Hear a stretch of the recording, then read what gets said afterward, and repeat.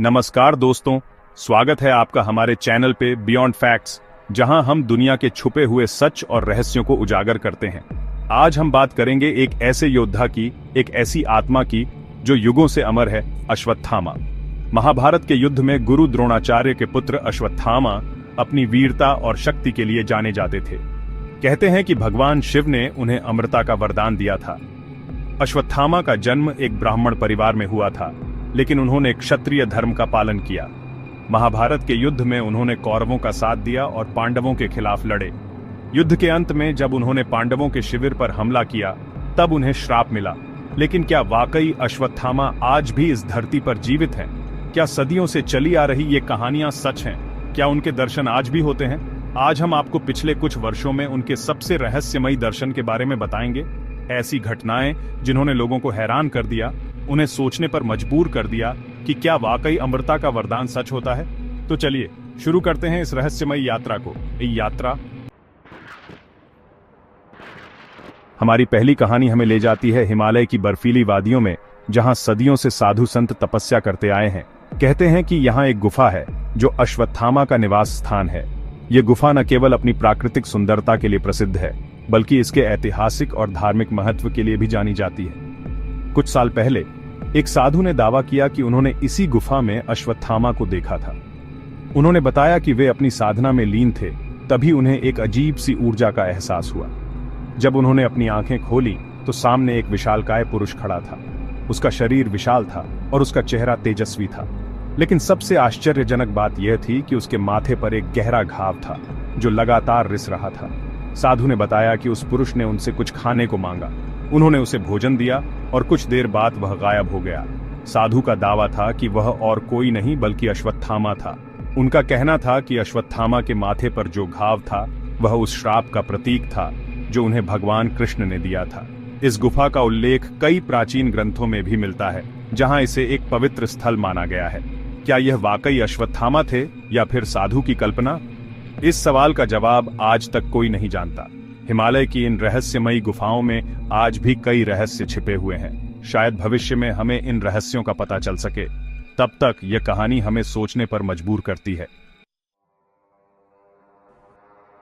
हमारी दूसरी कहानी आती है मध्य प्रदेश के एक घने जंगल से। यहाँ के आदिवासी समुदाय में पीढ़ियों से एक कहानी चली आ रही है कि इस जंगल में एक अश्वत्थामा नाम का योद्धा भटकता है। कहते हैं कि जो भी इस योद्धा को देख लेता है वह पागल हो जाता है। कुछ साल पहले एक शोध दल इस जंगल में वन्य जीवों पर अध्ययन करने आया था। एक रात दल के एक सदस्य राहुल अचानक गायब हो गया। दल के बाकी सदस्यों ने उसकी तलाश की, लेकिन वह कहीं नहीं मिला। कुछ दिनों बाद राहुल जंगल के किनारे एक गांव में मिला। वह बुरी तरह से घायल था और उसका मानसिक संतुलन बिगड़ गया था। जब उससे पूछा गया कि उसके साथ क्या हुआ, तो उसने बस इतना ही कहा कि उसने एक विशालकाय योद्धा को देखा था जिसके माथे पर एक भयानक घाव था। राहुल के इस बयान ने पूरे इलाके में सनसनी फैला दी। स्थानीय लोगों का मानना था कि राहुल ने अश्वत्थामा को देखा था। उनका कहना था कि अश्वत्थामा आज भी इस जंगल में भटकते हैं और जो भी उनसे टकराता है वह अपना मानसिक संतुलन खो बैठता है। इस घटना के बाद कई और लोगों ने भी दावा किया कि उन्होंने इस रहस्यमयी योद्धा को देखा है।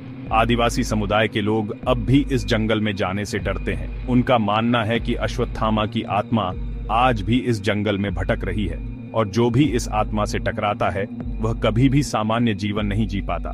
एक और घटना में एक स्थानीय शिकारी ने दावा किया कि उसने एक रात जंगल में एक विशालकाय योद्धा को देखा था। उसने बताया कि योद्धा के माथे पर एक चमकता हुआ घाव था और उसकी आंखें आग की तरह जल रही थीं। इस घटना के बाद शिकारी का मानसिक संतुलन भी बिगड़ गया। आदिवासी समुदाय के बुजुर्गों का कहना है कि अश्वत्थामा की आत्मा को शांति नहीं मिली है और वह अपने कष्टों का बदला लेने के लिए भटक रहा है। इस जंगल में कई और रहस्यमयी घटनाएं भी हुई हैं, जिनका कोई तार्किक स्पष्टीकरण नहीं है। लोग कहते हैं कि रात के समय जंगल में अजीबोगरीब आवाजें सुनाई देती हैं और कभी कभी तो किसी के रोने की आवाज भी आती है। इन घटनाओं ने इस जंगल को और भी रहस्यमयी बना दिया है और लोग अब भी इस जंगल में जाने से कतराते हैं। क्या अश्वत्थामा की आत्मा वास्तव में इस जंगल में भटक रही है या यह सिर्फ एक कहानी है? यह रहस्य आज भी अनसुलझा है। तीसरी कहानी हमें ले जाती है राजस्थान के एक पुराने किले में। यह किला अपनी भव्यता के लिए तो प्रसिद्ध है ही, साथ ही इसके साथ एक रहस्य भी जुड़ा हुआ है। इस किले का निर्माण 16वीं शताब्दी में हुआ था और यह कई ऐतिहासिक घटनाओं का साक्षी रहा है। स्थानीय लोगों का मानना है कि इस किले में अश्वत्थामा का वास है। कहते हैं कि हर अमावस्या की रात को यहाँ एक विशालकाय पुरुष दिखाई देता है जिसके माथे पर एक गहरा घाव है। कुछ साल पहले एक फिल्म की शूटिंग इसी किले में हो रही थी। शूटिंग के दौरान कई अजीबोगरीब घटनाएं हुई। लाइट्स अपने आप जलती बुझती थीं, कैमरे काम करना बंद कर देते थे और लोगों को अजीबोगरीब आवाजें सुनाई देती थीं। फिल्म के एक्टर ने बताया कि एक रात उन्हें अपनी खिड़की पर किसी के होने का एहसास हुआ। जब उन्होंने खिड़की खोली तो उन्होंने देखा कि एक विशालकाय पुरुष उनकी तरफ देख रहा है। उसका चेहरा क्रोध से भरा हुआ था और उसके माथे पर एक गहरा घाव था। एक्टर डर के मारे बेहोश हो गया। अगली सुबह जब उसे होश आया तो उसने पूरी घटना अपने साथियों को बताई। स्थानीय लोगों का कहना था कि एक्टर ने जिस पुरुष को देखा था वह अश्वत्थामा था। इस घटना के बाद किले में शूटिंग बंद कर दी गई और यह किला आज भी अपने रहस्यों को समेटे हुए है। चौथी कहानी हमें ले जाती है गुजरात के एक छोटे से गांव में, जहां एक प्राचीन शिव मंदिर है। इस मंदिर के पुजारी का दावा है कि वे पिछले कई सालों से अश्वत्थामा को देखते आ रहे हैं। उनका कहना है कि अश्वत्थामा हर पूर्णिमा को मंदिर में आते हैं और भगवान शिव की पूजा करते हैं। पुजारी ने बताया कि पहली बार जब उन्होंने अश्वत्थामा को देखा तो वे बहुत डर गए थे, लेकिन धीरे धीरे उन्हें एहसास हुआ कि अश्वत्थामा को उनसे कोई नुकसान नहीं पहुंचाना है, वह बस अपनी मुक्ति की कामना करते हैं। पुजारी ने बताया कि अश्वत्थामा ने उनसे कहा था कि वे अपने कर्मों का फल भोग रहे हैं। उन्होंने पांडवों के बच्चों को मारकर बहुत बड़ा पाप किया था और अब उन्हें इसका दंड मिल रहा है। पुजारी का कहना है कि अश्वत्थामा अब बदल चुके हैं।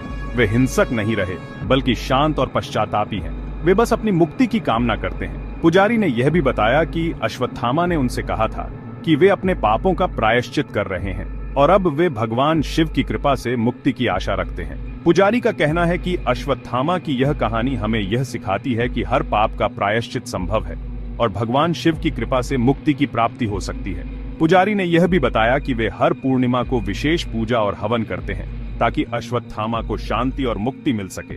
पुजारी का कहना है कि अश्वत्थामा के दर्शन के बाद से मंदिर में भक्तों की संख्या भी बढ़ गई है। वे मानते हैं कि अश्वत्थामा की उपस्थिति से मंदिर की पवित्रता और बढ़ गई है। पुजारी ने यह भी बताया कि अश्वत्थामा के दर्शन के बाद से वे और भी अधिक ध्यान और साधना करने लगे हैं ताकि वे भगवान शिव की कृपा से अश्वत्थामा की मुक्ति में सहायता कर सकें। पांचवी और आखिरी कहानी हमें ले जाती है दिल्ली के एक बड़े अस्पताल में। कुछ साल पहले एक अज्ञात व्यक्ति को इस अस्पताल में लाया गया था। वह गंभीर रूप से घायल था और उसके शरीर पर कई चोटों के निशान थे। डॉक्टरों ने उसे बचाने की पूरी कोशिश की, लेकिन वे असफल रहे। मृत्यु से पहले उस व्यक्ति ने कुछ ऐसा कहा जिससे सारे डॉक्टर हैरान रह गए। उसने बताया कि उसका नाम अश्वत्थामा है और वह महाभारत के युद्ध में लड़े थे। उसने बताया कि वह सदियों से इस धरती पर भटक रहा है और अपनी मुक्ति की कामना कर रहा है। डॉक्टरों ने उसकी बातों पर यकीन नहीं किया। उन्होंने सोचा कि वह सदका हुआ होगा, लेकिन जब उन्होंने उसके शरीर का निरीक्षण किया तो वे हैरान रह गए। उनके शरीर पर जो घाव थे वे बहुत पुराने लग रहे थे। ऐसा लग रहा था जैसे वे हाल ही में नहीं बल्कि सदियों पहले लगे हों। डॉक्टरों ने इस घटना की जानकारी पुलिस को दी। पुलिस ने मामले की जांच की, लेकिन उन्हें कुछ पता नहीं चला। आखिरकार इस घटना को एक रहस्य के रूप में दबा दिया गया। यह कहानी आज भी लोगों के बीच चर्चा का विषय बनी हुई है। क्या अश्वत्थामा वास्तव में आज भी जीवित हैं? ये एक रहस्य ही बना हुआ है। अस्पताल के कर्मचारियों ने बताया कि उस व्यक्ति के आने के बाद से अजीब घटनाएं होने लगीं। रात में लाइट्स का अचानक बंद हो जाना और अजीब आवाजें सुनाई देना आम हो गया था। कुछ नर्सों ने दावा किया कि उन्होंने उस व्यक्ति को अस्पताल के गलियारों में भटकते हुए देखा, लेकिन जब वे पास गईं तो वहां कोई नहीं था।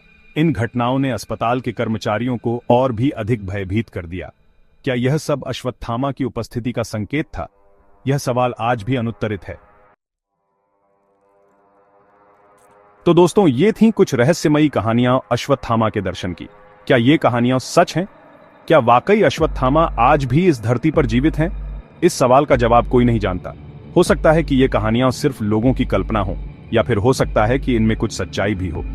लेकिन एक बात तो तय है कि अश्वत्थामा की कहानी हमें सोचने पर मजबूर करती है। हमें सोचने पर मजबूर करती है कि क्या वाकई अमरता जैसी कोई चीज होती है? क्या वाकई मृत्यु के बाद भी जीवन है? ये सवाल ऐसे हैं जिनके जवाब आज तक कोई नहीं ढूंढ पाया। लेकिन इन कहानियों ने सदियों से लोगों की जिज्ञासा को जीवित रखा है, और शायद यही इन कहानियों की सबसे बड़ी ताकत है। वैज्ञानिक दृष्टिकोण से देखें तो अमरता की अवधारणा को अभी तक सिद्ध नहीं किया जा सका है। कुछ इतिहासकारों का मानना है कि अश्वत्थामा की कहानियां महाभारत के समय की हैं और इन्हें प्रतीकात्मक रूप में देखा जाना चाहिए। वहीं दूसरी ओर कुछ लोग मानते हैं कि ये कहानियां वास्तविक घटनाओं पर आधारित हैं। निष्कर्षतः अश्वत्थामा की अमरता पर विश्वास करना या न करना व्यक्तिगत दृष्टिकोण पर निर्भर करता है। तो दोस्तों, इस रहस्य से भरी दुनिया में क्या आप अश्वत्थामा की अमरता पर विश्वास करते हैं? हमें अपने विचार कमेंट्स में जरूर बताएं। धन्यवाद दोस्तों। अगर आपको यह वीडियो पसंद आया हो तो कृपया लाइक, शेयर और सब्सक्राइब करें बियॉन्ड फैक्ट्स चैनल को, और भी ऐसी ही दिलचस्प कहानियों के लिए।